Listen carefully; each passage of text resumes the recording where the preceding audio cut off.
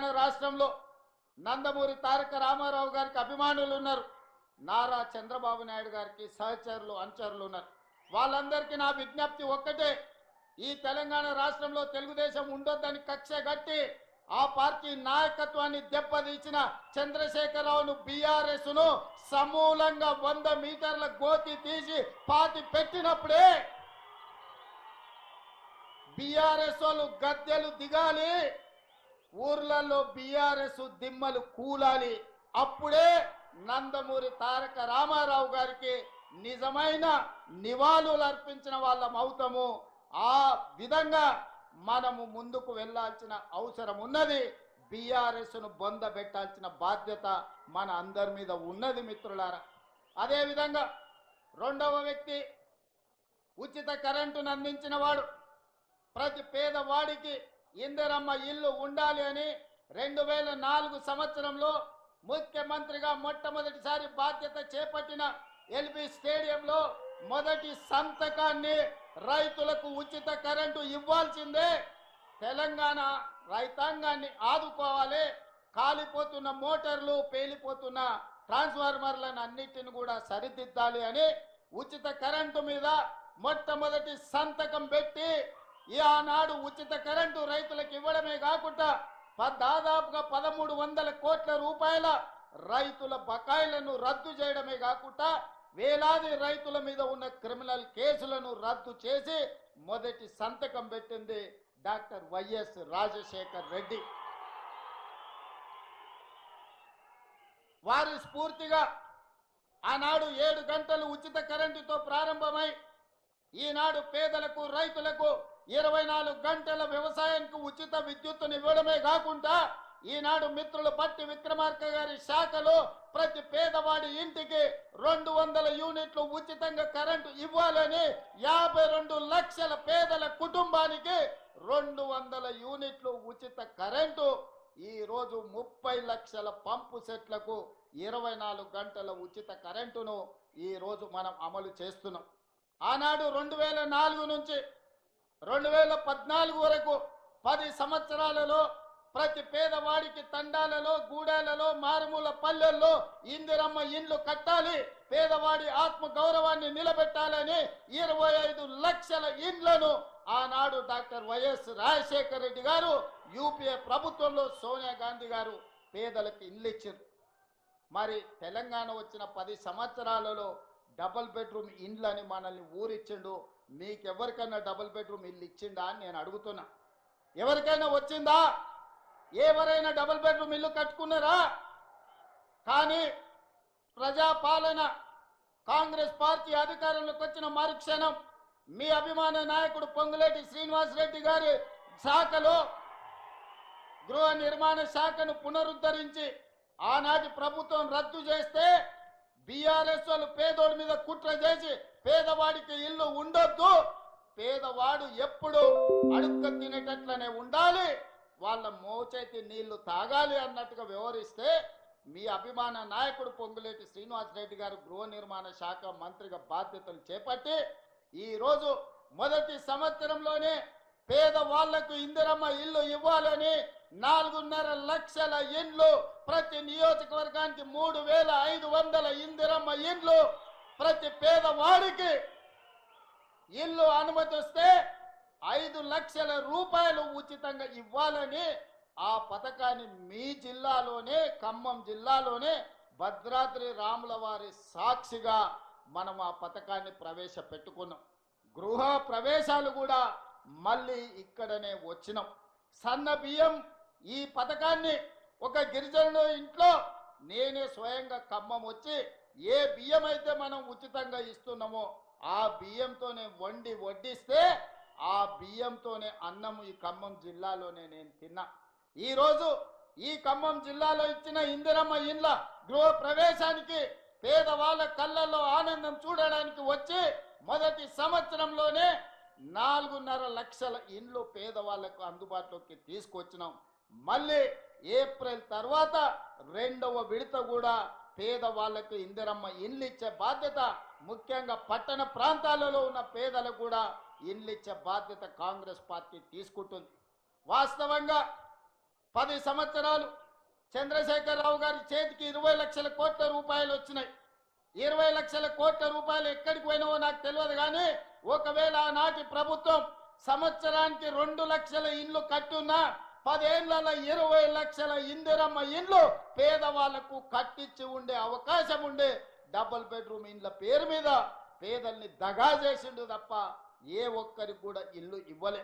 అందుకే ఈనాడు ప్రతి సంవత్సరం మన వెసులుబాటును బట్టి ప్రతి పేదవాడికి, చివరి పేదవాడికి కూడా ఇందిరమ్మ ఇల్లు మంజూరు చేసి ఆత్మ గౌరవంతో బ్రతికే విధంగా ఈరోజు ఇందిరమ్మ ఇండ్లను కొనసాగిస్తున్నాం. రాజశేఖర రెడ్డి గారు ప్రవేశపెట్టిన ఇందిరమ్మ ఇండ్ల పథకాన్ని ఈనాడు మన ప్రభుత్వం కొనసాగిస్తుంది.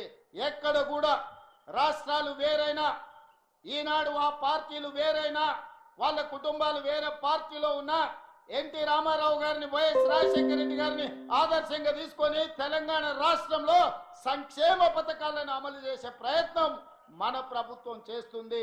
అది అమలు చేయడానికి నా సహచర మంత్రివర్గ మిత్రులందరూ ఇవాళ మనకు సహకరిస్తున్నారు.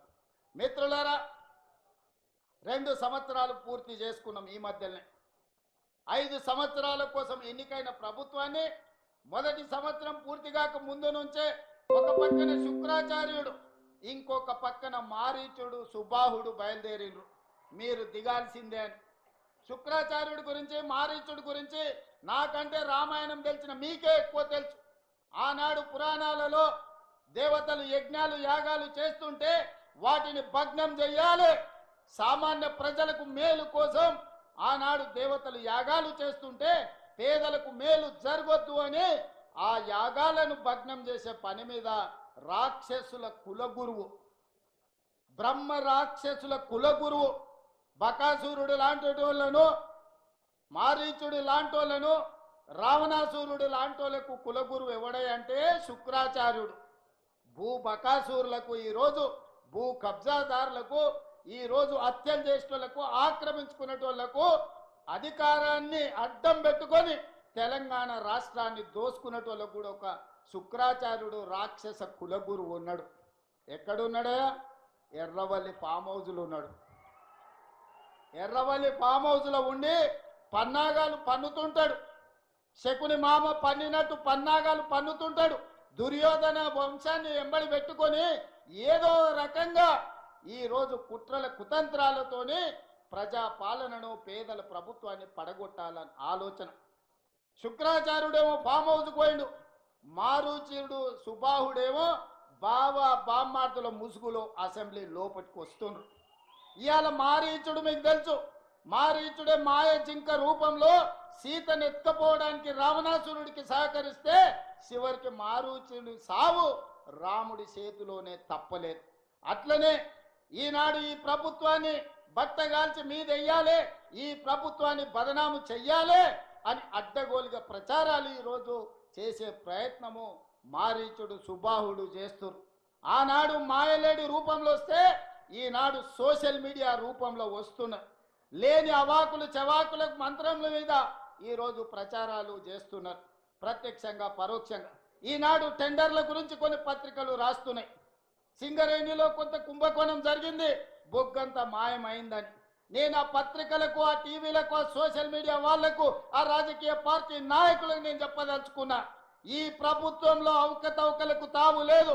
అనవసరమైన ప్రచారాన్ని, తప్పుడు ప్రచారాన్ని కల్పించడం ద్వారా అపోహలు కల్పించి మళ్ళీ శుక్రాచార్యుడు, మారీచుడు, సుబాహుడు బలపడడానికి మీరు ప్రత్యక్షంగానో పరోక్షంగానో సహకారం చేస్తున్నారు. మీకు మీడియా పంచాయతీలుంటే తలుపు మూసుకొని కొట్టుకోండి, లేకపోతే ఒకరి మీద ఒకరు బురద జల్లుకోండి. అందులో మమ్మల్ని లాగి ఆంబోతులు కొట్లాడితేనంట లేగదూడల కాళ్ళు ఇరిగినాయంట.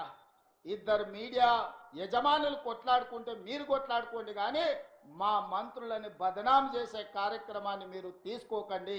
దయచేసి ప్రత్యక్షంగానో పరోక్షంగానో మీరు రాస్తున్న రాతలు, చూపిస్తున్న చూపులు మారీచుడి సుబాహులకు, శుక్రాచార్యునికి సహకారం అందించినట్టుగా ఉంటుంది.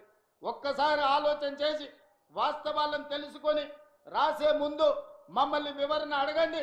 తెలంగాణ రాష్ట్ర ముఖ్యమంత్రిగా రోజుకి 24 గంటలు, సంవత్సరానికి 365 రోజులు ప్రజా జీవితంలో ఉన్న, ప్రజలకు అందుబాటులో ఉన్న మీడియాకు కావలసిన వివరణ ఇవ్వడానికి తెలంగాణ రాష్ట్ర ముఖ్యమంత్రిగా నేను సిద్ధంగా ఉన్నా.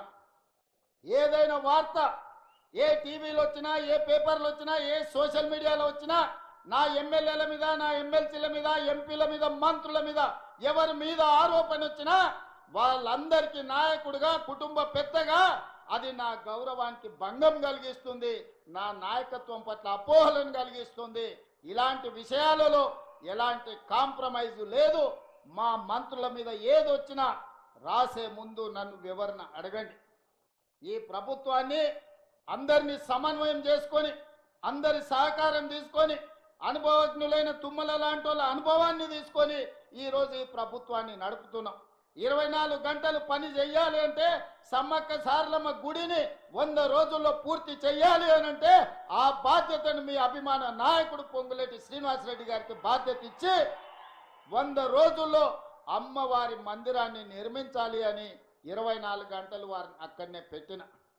ఢిల్లీలో ఏ అవసరం ఉన్నా, ఏ ఆర్థిక మంత్రితో మన రాష్ట్రానికి రావాల్సిన నిధులు కావాలన్నా, ఇతర శాఖల అనుమతులు కావాలన్నా బట్టి విక్రమార్క గారిని కాలుకు బలపం కట్టి ఢిల్లీలో గల్లి గల్లి తిప్పి ప్రతి మంత్రి దగ్గరికి పంపించి రాష్ట్రానికి రావాల్సిన అనుమతులు, నిధులను రాబట్టుకునే ప్రయత్నం చేస్తున్నా. ఇది ఉమ్మడిగా మా ప్రభుత్వం నడిపిస్తున్న విధానం. గతంలో ఉన్న ముఖ్యమంత్రులు ఏకపాత్రాభినయం చేసేది. దుర్యోధనుడు వాళ్ళే, దుశ్శాసనులు వాళ్ళే, సుయోధనులు వాళ్ళే, ఇట్లా ప్రతి పాత్ర ఒక్కడే ఏకపాత్రాభినయం చేస్తాడు. మా దగ్గర అట్లా కాదు. అందరం సమన్వయం చేసుకొని ఎవరు బాధ్యతలు వాళ్ళు, ఎవరికి ఉన్న అనుభవాన్ని ఇంకొకరు